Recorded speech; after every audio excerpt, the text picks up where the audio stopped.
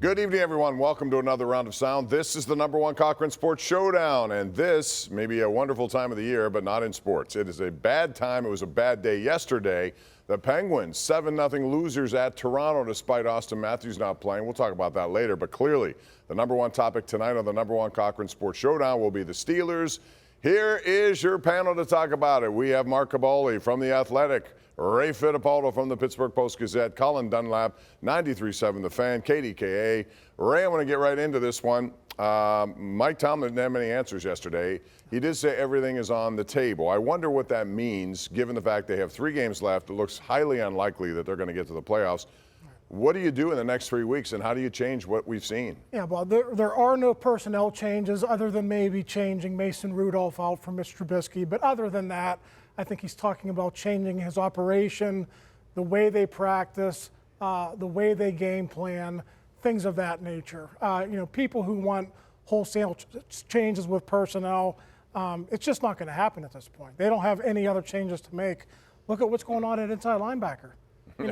Michael Walker, they put Mark Robinson in. Mark Robinson gives up a touchdown, no one within 15 yards of him. So there are no other personnel changes to make for this team. He was for loss of words, Ray. That's the first time I've seen him not have any answers or legit answers and was stumbling his way through a press conference. And I think that's just a way of buying time to try to figure out what was going to happen because he don't know what to do right now. And we've seen it on the field right now. No matter what he does, nothing seems to work. And you're absolutely right, Ray. If you're thinking there's some kind of magical bench player at 46, 47 on the roster, you got another thing coming to you. And how much I like Mason Rudolph, and I think he'll probably be their best choice moving forward here in the last 3 games. He's not going to pull out any magic wand or any pixie dust and have them win 3 games here. I just don't think he had any answers. And that's the first time I've ever seen him like that. No, there's nothing schematically that can be done, Bob. And the post-game press conference sounded like, to me, it was like Charlie Brown's teacher talking. It was just all words. I didn't know, couldn't make heads or tails from it. There's nothing schematically. There's nothing from a player standpoint. There's nothing that you can do. You can infuse, like Mark said, Mason Rudolph if you want. It's not going to make that big of a difference. I would make Jaylen Warren the #1 back. I would have done that maybe 3-4 weeks ago. And the undeniable #1 back, I don't know what that's going to get you, but it will at least force some change. I would also come down on guys that have shown to be lazy and do it vociferously, either in a press conference or in the game.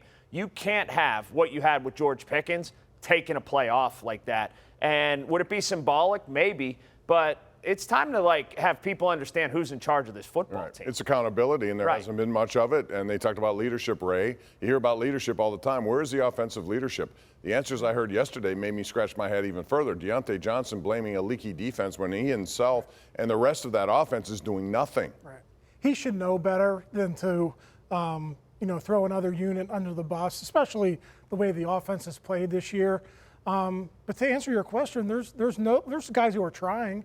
Mason Cole is trying, Kenny Pickett's trying, but they're young and they're only here for a year or so. Mason Cole is in his 2nd season. I don't know that they're going to pick him up because he's had some problems standing up inside. He's had some problems snapping. I don't even know if he's going to be here next year, and he's probably your #1 vocal leader in that locker room. So there's really a vacuum there.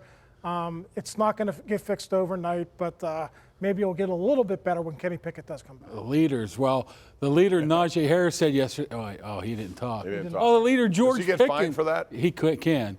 The leader George. Oh, he left like 3 minutes before the locker room even opened up. So there's your issue right there. You don't have the right people. You don't have anybody to stand up right there. And I agree with your point before, Colin.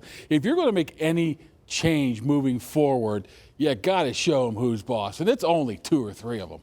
It's not the entire team. It's a handful, and we know who they are. You got to show them who's boss. If it's sitting in for a quarter, it's not like back in the day you couldn't sit Ben Roethlisberger for doing passive-aggressive darts at people because he was a quarterback. He was a Hall of Famer. You're not going to get rid of him. You can do that to Buffalo for putting the football on the ground. You can do it to him. You can do it to Pickens. You can do it to Najee. You can do it to the certain guys. So I think that's where he should do moving forward. We're going to get into. I would bet on it. We're going to get into what happens at the end of this season. But before I do that, I want to ask you, Colin, about this roster. Sure. Terry Bradshaw said on Fox today that he believes Kenny Pickett is the legitimate quarterback moving forward and he needs more help. Do you agree with that? Or do you think this roster is so flawed that they have to make major changes to it at the end of the season. Major changes. I think Terry Bradshaw's dead wrong. I think Kenny Pickett's had ample time to prove that he is a starting level NFL quarterback, and he's not. Another guy that you bring up, like I would, and now you're stuck. You're going to have to either draft in the first couple rounds, or you're going to have to go out and get a free agent. The other thing, Mason Cole's awful. Like, he's terrible, and he was supposed to be pretty good. You're going to have to draft the Georgia center or the West Virginia center. You need help at center really bad to make anything work. But to your initial question, no. Kenny Pickett, I've seen what I see in Kenny Pickett, and I think I've seen his ceiling, and I don't think he can lead this organization to playoff wins and sustain success. No. Right? Kenny Pickett's arm isn't going to get any better. He's not a good deep ball thrower. He's not terribly accurate, and he's shown that he hasn't been able to read defenses very well. Now, an offensive coordinator, a good one, can come in and help him a little bit, but he's never going to be an A-level franchise quarterback. But I will say this, guys, they love having a quarterback on a rookie contract. Yeah, that's Yeah, but they're wasting time with it, you know? Well, that's where we go back to earlier in the season. Maybe the whole decision of keeping Matt Canada in January is coming back and biting them in the butt now because they're lost the entire year. Right. I'm still willing to give Kenny Pickett the benefit of the doubt for another year, but you better surround him with guys who can coach him up. I think they have enough talent, receiver, running back, to be able to be a successful team. Protect him a little bit better. Let him do what he was able to do at Pitt. And you have, like you said, they gave a 20th overall pick for a guy who is still under their control for 3 more years at least. They're going to roll with it, man. I can't see it any other ways because they're pretty much painted into a corner. We have to take a break. When we come back, we'll talk about Mike Tomlin's future, coaching staff future, what happens next after this season. There's a lot to discuss. We'll do it when we come back right here on the #1 Cochran Sports Showdown.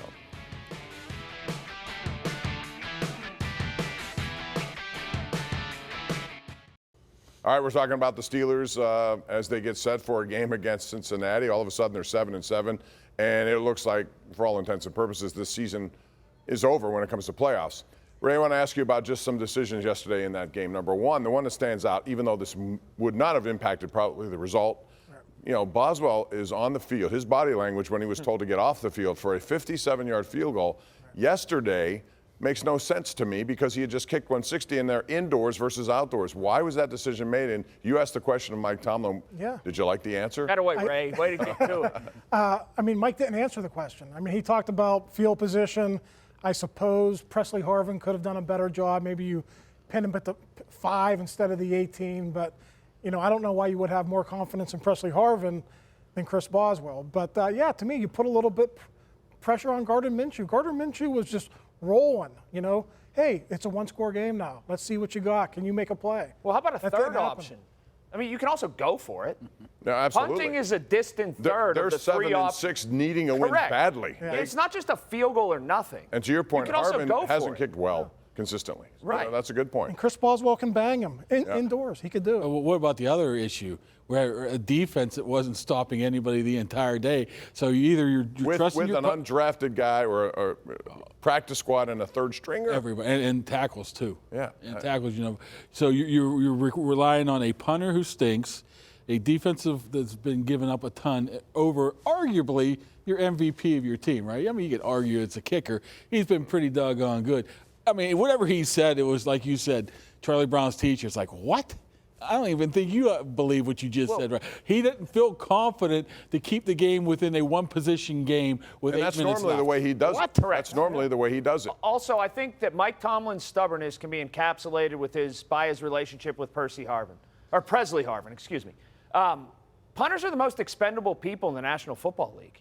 This guy's been bad, really bad.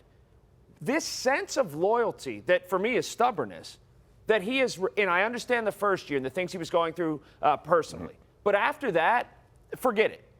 If you don't perform, you should be out. This encapsulates and typifies and is the perfect example of Mike Tomlin's stubbornness. It's a guy he likes, so he's not going to get rid of him. It's a guy, obviously, he had influence on selecting, so he's not going to get rid of him.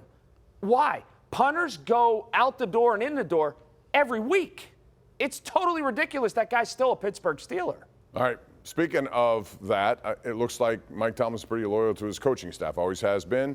Took him a while to get rid of Matt Canada, and I still believe it came from above. But, Ray, I want to ask you about multiple choice. What happens at the end of the season? Mike Tomlin decides to leave on his own or a mutual passing. He is extended because he has only 1 year left. He becomes a lame duck, or would he be traded, and is that likely? Listen, Bob, the extension is a hard sell right now with them on a 3-game losing streak. Things can change in the next 3 weeks, but if they're on a lose 5 out of 6 to end the season, they're 8-9, that's going to be a hard sell. If they believe things have run its course and Mike agrees, a trade is the best option for both parties. Number one, Mike could pick where he wants to go, and number two, he could help the Steelers, who did a lot for him, rebuild this franchise and get some draft picks in return. So in those scenarios you unfolded, I would say a trade, even though I still think it's very unlikely. I would say you have a better chance of me running the Boston Marathon in under 2 days than them trading Mike Tomlin. 2 days? 2 days. This is the reason why. Art Rooney is very conscious of the 54 years and 3 coaches, right? Do you think Art Rooney on his resume wants, I'm the one who traded a potential Hall of Fame coach? Absolutely not. That's, in my opinion, that's way down on, that's not even on the list. What I could see potentially happening is the lame duck type of year, go in next year and let it play out. They both leave without egg on their face. They can't come to a contract extension, right? Tomlin leaves, Art's happy, and they move on that way. Who's going to come here and run the offense on a 1-year deal? That's the next question I was going to have. I mean, you could get a good Well, the one coordinator. thing, look, I go home and play with my kids. I don't pay much attention to media. No offense. But I do pay attention when Jay Glazer unsolicitedly brings up a trade, right? That's Mike Tomlin's guy. And the other day he brought it up, and no one asked him the question. He wasn't really asked. He wasn't pushed into it. And he mentioned Washington as well, which was very – not only did he mention a trade, he mentioned a specific organization. That's Mike Tomlin's go-to guy. For him to do that piqued my interest a little bit in terms of a trade maybe happening. If it were up to me, I mean, he'd be done. We're so polarized as a society. You can still celebrate everything that Mike Tomlin has done and been a great coach, and been a Hall of Fame guy, and realize it's just the end of the road right now. It's happened with a lot of Hall of Fame coaches already. You know what? This situation, Bob, for me, is most like Jamie Dixon more than any other one. It just feels like it's time. We've seen the top, and we're never going to get back to it. All right, let's say there's an extension. I'm going to play hypothetical, Ray. It's a 1-year extension. So, in other words, it'll be 2 years, next year and the year after. Right. They have to hire coaches. Right. Who makes that hire? It's always been Mike Tomlin. Will it still be? Yeah, I mean, I think he needs help, and I think the Steelers have people in that building now who can help them, and they always did. But, Andy Weidel has a lot of connections in Baltimore and Philadelphia.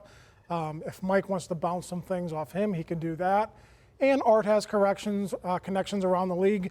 Young Danny, who's probably going to be taking over in 5 years or so, he's got connections around the league. He's basically worked in just about every league capacity there is. So I think Mike needs help, and I think they'll probably offer him as much as he needs. I think Mike got pretty much carte blanche on his staff, other than maybe coordinators.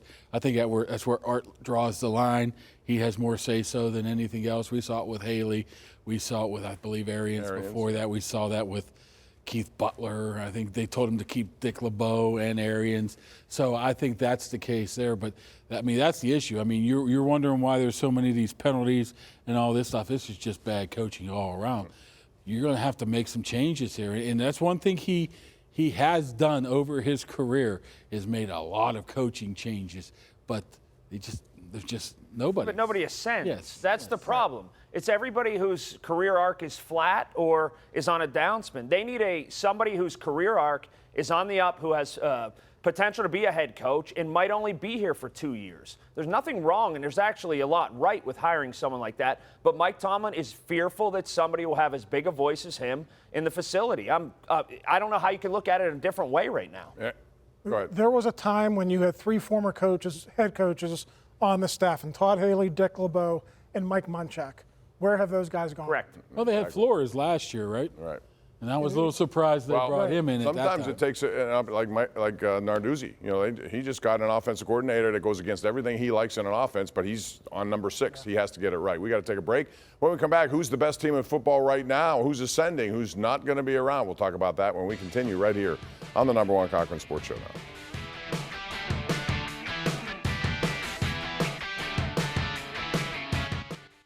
All right, welcome back. Colin, who's the best team in the NFL right now? I say San Francisco. You say who?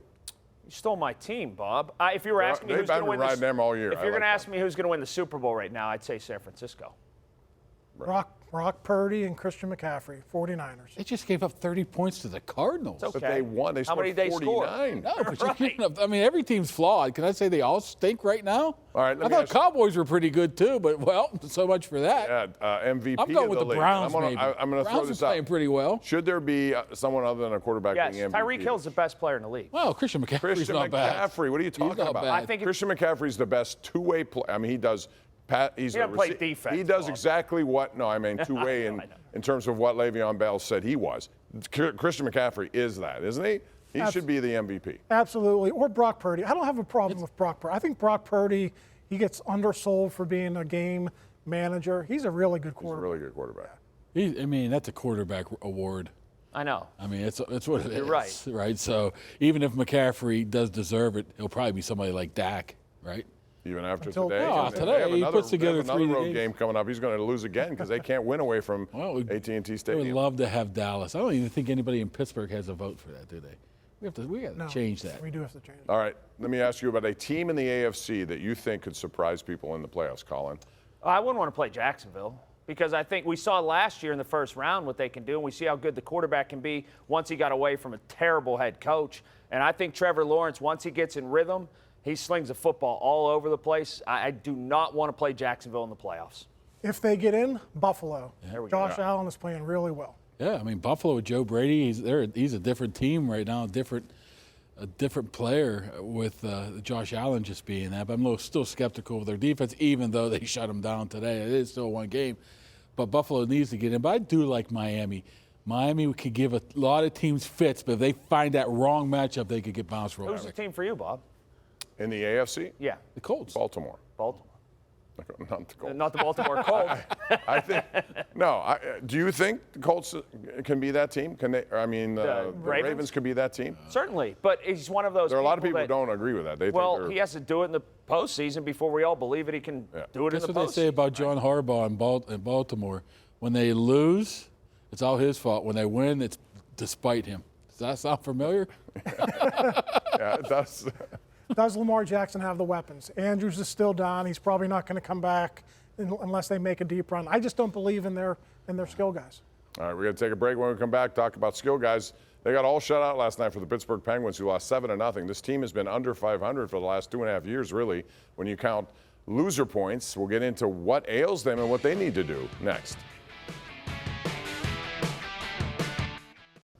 Just when you thought things were really bad, the Penguins go out and make it even worse by losing 7-0. And Toronto did this without their best goal scorer, Austin Matthews, who did not play. This is Kyle Dubas's other team, the one they helped put into play, and they're very good right now. Colin, I'm going to ask you about the Penguins. Again, run and gun. They gave up 13. Think about this number, 13 odd man breaks last night. When you play that kind of hockey, you're going to lose. I don't care who the opposition, especially a team as talented They as haven't Toronto. changed their style to fit what their age group is, it seems like, Bob. They're playing sort of the same way. Hockey is the one sport, though. I say it all the time. I've said it a million years to you, Bob. It all resets in the playoffs. If you get to the playoffs. Don't get to the playoffs, probably. They're seventh right now in the division. How deep does this hole have to get before you can dig out of it? You just have to find your way. Look, I don't have confidence they're going to win in the playoffs, but it all resets. It's a different game. It's called differently. It's officiated differently. Single elimination and either. if your goaltender's hot or not, that's all that matters in the playoffs. So talk to me when the playoffs start. The NHL regular season is the most inconsequential regular season in all of sports. But Ray, they're 30 games into this now, and they are out of the playoffs by significant amount of points here. Bob, to me, it comes down to this. Their biggest offseason move hasn't panned out. Erik Karlsson in that Canadiens game. I didn't get to see the game yesterday because I was in Indianapolis. Karlsson almost single-handedly gave that game away with a giveaway in the slot with about 5 minutes to go. He made a mistake that led to a goal earlier. He's played poorly. Now, can he turn it around? yeah, he's got the track record, but to me, when you go out and you make a move like that and it doesn't work, that's all you need to know. He's never played defense, though. They didn't acquire him to play No. defense. And the they power acquired play's him been to terrible. score. And we know what the power play is like. I mean, just to flip the topic a little bit, I wonder how much Kyle Dubas is going to deal with this, because he likes to build from the ground up. That's what he did in Toronto, and he can't do that here. No. How long does he take before he says, Well, the I don't think acquisition he of can. Carlson, although I think will it's a say bad this, fit. I think it's a bad fit at right least now. he got rid of some contracts they had to get rid of. That was all part of that deal as well. So we'll see. They have Marc-Andre Fleury. Could be the last time coming up tomorrow night 10 years. here in Pittsburgh. Meantime, I want to tell you about it's the most wonderful time of the year, and I won't sing this to you, but it is a wonderful time to buy a new car. That's number one Cochran's year-end wrap-up. It's underway at all their locations and online with Expressway.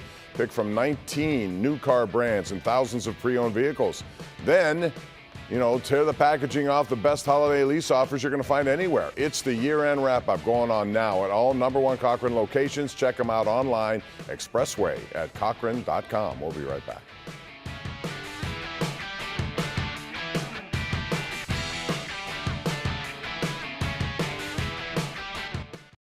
Before we go, who's going to be the starting quarterback calling on Saturday? Who wins? Mason Rudolph and the Bengals win. Happy holidays there, Bob. Mason Rudolph, it's the only move they can make, Bob, and yes, the Bengals will win. Mason Rudolph puts up 500 yards passing, 50 points. Steelers lose 51-50. All right, that's going to do it for us. I want to thank you for joining us. We'll do it again next week after that game with Cincinnati. That's going to do it for tonight's number one Cochran Sports Showdown. Have a good week.